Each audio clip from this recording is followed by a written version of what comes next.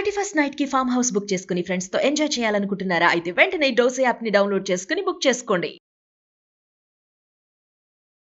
నమస్తే రమగారు. నమస్తే జయ. రమగారు, మనకి రకరకాల ధర్మాలు ఉంటాయి. ఆ ధర్మాల్ని పాటించాలి. మనకి సమాజంలో ఉన్న ప్రతి వ్యక్తి పట్ల ఒక ధర్మం ఉంటుంది. తల్లిదండ్రుల పట్ల ఒక ధర్మం, గురువు పట్ల ఒక ధర్మం, భార్య పట్ల, భర్త పట్ల, భార్యకి పిల్లల పట్ల అట్లా. ఉద్యోగం చేసేవాడికి ఒక ధర్మం ఉంటుంది, ఉద్యోగం చేయించుకునే వారికి, ఉద్యోగం అంటే యజమానికి, ఉద్యోగికి యజమానికి కూడా ఒక ధర్మం ఉంటుంది కదా. అసలు ఈ ధర్మం అనేది అంటే ఎట్లా మనకి సనాతన గ్రంథాల్లో నుంచి కానీ ఉపనిషత్తుల్లో నుంచి వచ్చిందా? ఈ ధర్మం అనే కాన్సెప్ట్ ఎక్కడి నుంచి వచ్చిందంటారు? ఇప్పుడు జీవులు పుట్టినప్పుడు ఏమి తెలియకుండానే పుట్టుంటారు జయ. వాళ్ళకేం తెలీదు. ప్రపంచంలోకి వచ్చారు మొట్టమొదటి వచ్చినప్పుడు, క్రమంగా నేర్చుకున్నారు. వీళ్ళకంటే ముందు, మనలాగా మానవుల కంటే ముందు మనని సృష్టించిన వాడి యొక్క మానస పుత్రులు కొంతమంది జన్మించారు. వాళ్ళల్లో కొంతమంది మహర్షులుగా ఉన్నారు. వాళ్ళు ఏం చేశారు, తర్వాత ఈ భూమి మీద సంతానాన్ని పెంచారు. మనం ఇంగ్లీష్ దాని ప్రకారం ఆడమ్ అండ్ ఈవ్ అని చెప్పుకుంటాం. మనకి సనాతన సాంప్రదాయము, సనాతన ధర్మం అలా చెప్పదు. బ్రహ్మమానస పుత్రులైన వాళ్ళల్లో ఒక్కొక్కరికి మానస పుత్రులు జన్మించి, పుత్రికలు జన్మించి, అటు ఇటు వివాహాలు చేసి అలా క్రమంగా సంతానాన్ని పెంచారు. వాళ్ళు క్రమంగా పెంచారు. ఈ మన కశ్యప ప్రజాపతులు అంటారు వాళ్ళని. ఆ ప్రజాపతులే ఈ దేవ సంతానాన్ని పెంచారు, మానవ సంతతిని పెంచారు. వాళ్ళకే పక్షులు, పాములు, రాక్షసులు, దైత్యులు వీళ్ళందరూ జన్మించారు. దేవతలు కూడా వాళ్ళకి జన్మించిన వాళ్ళే. అట్లా క్రమంగా ఈ సంతతి పెరిగి మనం అందరం కూడా ఇలా వృద్ధి అయ్యామని పురాణాల ప్రకారం కథలైతే ఇవి. అయితే ఈ పురాణాల ప్రకారమే మనకేం చెప్పారు, ఈ బ్రహ్మమానస పుత్రులైన వాళ్ళే ఈ ధర్మం అనే దాన్ని మొదలుపెట్టారు. నువ్వు ఇలా జన్మించినప్పుడు నువ్వు ఎవరి వల్ల జన్మించావో వాళ్ళ పట్ల నీ ప్రవర్తన ఎలా ఉండాలి, ఇంకొకరితో కలిసి ఇంకొక జీవికి జన్మనిస్తావు. ఆ కలిసి ఉన్నప్పుడు ఒకళ్ళతో ఒకళ్ళు ఎలాంటి ధర్మాలు నెరవేర్చాలి, ఎలా ఒకళ్ళకి ఒకళ్ళు లాయల్గా ఉండటం, అదే కదా అంతేగా ధర్మం ప్రధానమైంది. అది అక్కడి నుంచి క్రమంగా ప్రపంచం పెరిగేసరికల్లా ఈ ధర్మం వివిధ రూపాలు దాల్చింది.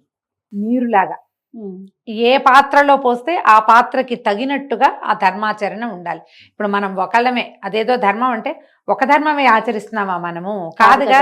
మనం ఒక అమ్మా నాన్నకి పుట్టాం, వాళ్ళ పట్ల పిల్లలుగా ఎంత మర్యాదగా ఉండాలో, పెద్దవాళ్ళ పట్ల ఎంత గౌరవంగా ఉండాలో ఆ ధర్మాచరణ చేస్తున్నాం. విద్యార్థిగా ఉన్నాం, అప్పుడు విద్యార్థి ధర్మాన్ని చేసాం. వివాహం చేసుకున్నాం, వైవాహిక ధర్మాన్ని ఆచరిస్తున్నాము. సంతానం, మనకే పిల్లలు పుట్టారు, తల్లులుగానో తండ్రులుగానో, అదొకటి. అక్కడి నుంచి ఈ సందట్లో మళ్ళీ మనం గురువులుగా మారితే గురుధర్మం. మనుషులుగా ఉంటే మనిషి యొక్క ధర్మం. ఒక మనిషి సహజంగానే బాంధవ్యాల పట్లే కాకుండా వ్యక్తిగా కూడా అతనికి ఒక సమమైన ధర్మం ఉండాలి.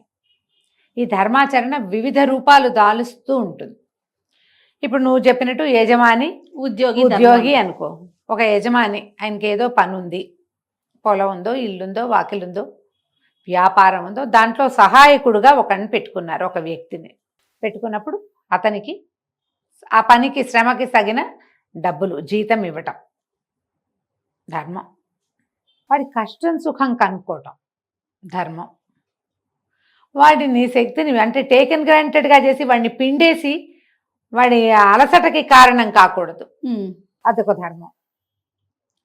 ఆనుపాను కనుక్కోవాలి. వాడికి ఏమిటి సపోర్ట్ కావాలి, ఎలాంటి సపోర్ట్ కావాలో చూసి ఆ సపోర్ట్ అందించి మనకు కావాల్సిన పనిని చేయించుకోవటం, ఇదొక ధర్మం.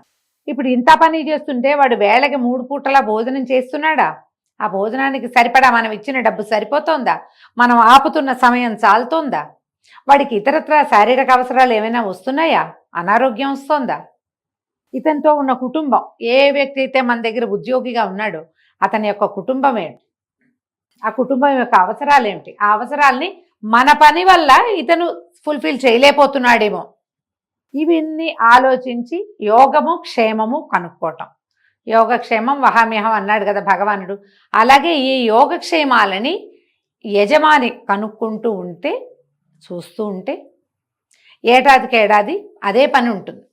కానీ కాలం మారి, చుట్టూతా పరిస్థితులు మారి, ఖర్చులు పెరుగుతాయి, ధరలు పెరుగుతాయి, జీవన విధానాలు మారుతున్నాయి. కాబట్టి ఆ ప్రమాణాలకు తగినట్టుగా జీతం భత్యం పెంచడం, ఓకే. ఇది యజమాని ధర్మం. ఇవన్నీ చూడు ఇంచుమించుగా మనం చూసే అన్ని కంపెనీలు, ఆఫీసులు, ఏమంటారు, స్కూళ్ళు, కాలేజీలు, హాస్పిటల్స్లో ఉద్యోగుల్ని తీసుకునే వాళ్ళు అందరూ వీటిని పాటిస్తారు కదా. ఇవన్నీ మనకు తెలిసినవే. అవును, ఇప్పుడు వాళ్ళకి ఎమోషనల్ సపోర్ట్ ఇవ్వగలుగుతున్నారా లేదా అనేది క్వశ్చన్. కరెక్ట్. మన దగ్గర ఒక ఉద్యోగి పనిచేస్తుంటే వాడు కుంగి కునారిల్లిపోయి పరమ దుఃఖంతో ఏడుస్తూ మీకు పనిచేస్తుంటే నువ్వు ఫెయిల్ అయిపోయినట్టు. ఎప్పుడైనా ఒక యజమాని ఒక ఉద్యోగి అంటే ఇంచుమించుగా యజమాని ఉద్యోగికి తండ్రి లాంటి వాడు. తండ్రి అయితే వదిలేస్తాడా? ఎందుకు దుఃఖపడుతున్నాడు కుర్రాడని చూడ్డు. మరి అలా చూసిన యజమానులు సక్సెస్ అవుతారు. ఇది అత్యుత్తమ ధర్మాలుగా చెప్పబడిన ధర్మాల్లో ఇదొకటి. ఎమోషనల్ సపోర్ట్ ఇవ్వటం యజమాని యజమాని ధర్మం. ఈ డబ్బు ఇవ్వటం, జీతం ఇవ్వటం, వాళ్ళకి తిండి తిప్పలు చూడడం, వాడి కాను పాను కనుక్కుని వీటితో పాటుగా వాడు ఏదైనా ఒక కుంగుబాటుకి లోనవుతూ ఉంటే కనుక ఏమిటి అని కనుక్కుని మనకి చాలా ఆఫీసుల్లో ఇలాంటివి ఉన్నాయి. ఈ మధ్య వింటున్నాం. ఆఫీస్లో కూడా ఒక సెల్ ఉంటుంది దీనికోసం ప్రత్యేకంగా. వీళ్ళు ఏదైనా ఈ మన ఏమంటారు, ఇంట్లో ఎవరైనా చనిపోయి వీళ్ళు కుంగుబాటుకి లోనైనా, వర్క్ స్ట్రెస్ తట్టుకోలేక కుంగుబాటుకి లోనైనా వీళ్ళ కొన్ని సెషన్స్ ఇవ్వటము, కౌన్సిలింగ్ లాంటివి నిర్వహించటము, అలాంటివి చేస్తున్నారు. ఇది అందరూ అవలంబిస్తే ఈ రోజున భారతదేశంలో చాలామంది వర్క్ ప్రెషర్ని తట్టుకోలేక డిప్రెషన్స్కి లోన్ అవుతున్నారు. ఆ సమస్య కొంచెం తగ్గుముఖం పడుతుంది.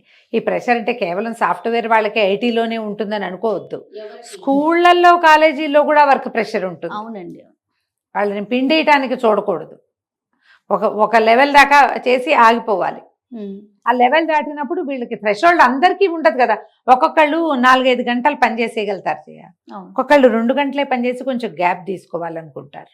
వాళ్ళ శక్తిని బట్టి కదా, వాళ్ళు సహించగలిగే దాన్ని బట్టి. ఈ రకమైన గమనిక యజమానుల్లో గనక వస్తే అది అత్యుత్తమ ధర్మంగా చెప్పబడుతుంది. ఇప్పుడు ఉద్యోగి మిగిలాడు, రెండో వాడి ఉద్యోగి.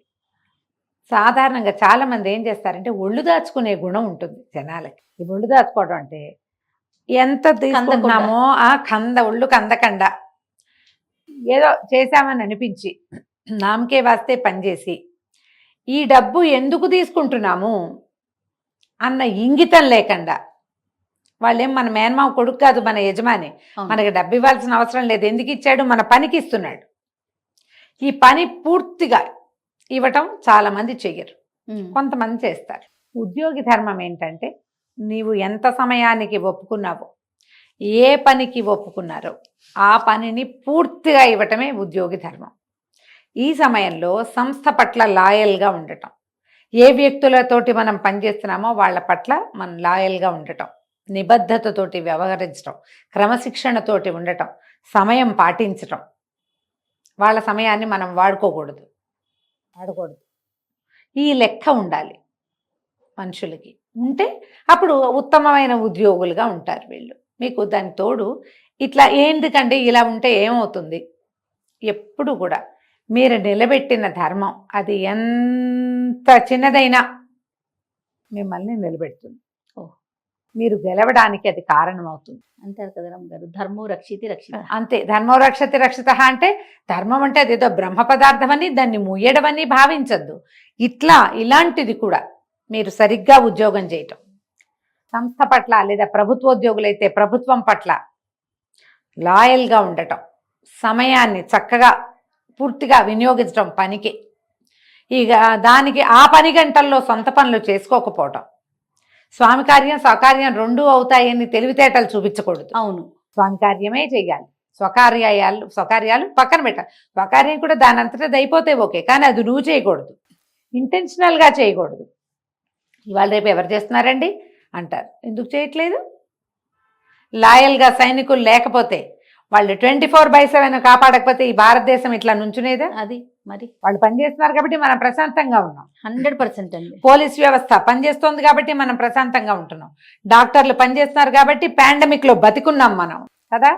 టీచర్లు, లెక్చరర్లు, గురువులు పనిచేస్తున్నారు కాబట్టి మన పిల్లలు దేశాల్లో ప్రతి చోట ఇండియన్ స్టూడెంట్స్కి సీట్లు వస్తున్నాయి. వీళ్ళు బాగుంటే వల్లే కదా, అవునా కాదా? అవునండి. కాబట్టి ఇది ఆలోచించండి. ఓకే, ఎప్పుడు కూడా ఉద్యోగి అనేవాడు పని చేయటమే కాకుండా పద్ధతిగా ఉండటం, నిబద్ధతతోటి వ్యవహరించడం, ఏ సంస్థలో పనిచేస్తున్నామో దాన్ని విమర్శించకూడదు. మనం ఇక్కడ ఉన్నాం, నీలో నువ్వు విమర్శించుకో, బయట దీనికి చెడ్డ పేరు వచ్చేలాగా మాట్లాడకూడదు. తినే దాంట్లో అలాంటివి చేయకూడదు. ఇప్పుడు ఏదో తప్పనిసరి పరిస్థితి, ఇదివరకటి కాలం అసలు ఇట్లా ఉండేది కాదు కదా జయ. అవునండి. అసలు ఒక సంస్థలో చేరితే టిల్ ద ఎండ్, అంతే, చివరి ఊపిరి విడిచేదాకా లేదా రిటైర్మెంట్ దాకా అక్కడే ఉండేవాళ్ళు. ఇప్పుడే ఉంది, 3 ఏళ్ళకి 2 ఏళ్ళకి ఏడాదికి 6 నెలలకి మారిపోయే ఉద్యోగ సంస్కృతి వచ్చేసింది ఇప్పుడు. కనీసం ఆ పని చేసే 6 నెలలైనా లాయల్గా పనిచేయండి. ఎంతసేపు వెళ్ళిపోయే ఆలోచన చేయబోకండి. పోనీ వెళ్ళిపోయే ఆలోచన ఉన్న పనైనా సరిగ్గా చేయాలి కదా, సక్రమంగా చేయాలి కదా. రోజులు ఇలాంటి గనక మీరు ధర్మం నిలబెడితే ఆ ధర్మం మీ యందు నిలబడుతుంది. ఓకే, ఇది మనకి ప్లస్ అవుతుంది. రైట్. యజమానైనా అలాగే ఉండాలి, ఉద్యోగైనా కూడా ఇలాగే ఉండాలి. ఎప్పుడైతే ఇది పాటిస్తామో ఎంత కొంచెం కాలం చేసినా పని, చిన్న పనే చేసాం, తక్కువే చేసాం, సమయం తక్కువ, కానీ ఎట్మోస్ట్ సర్వీస్ ఇచ్చేసేయాలి.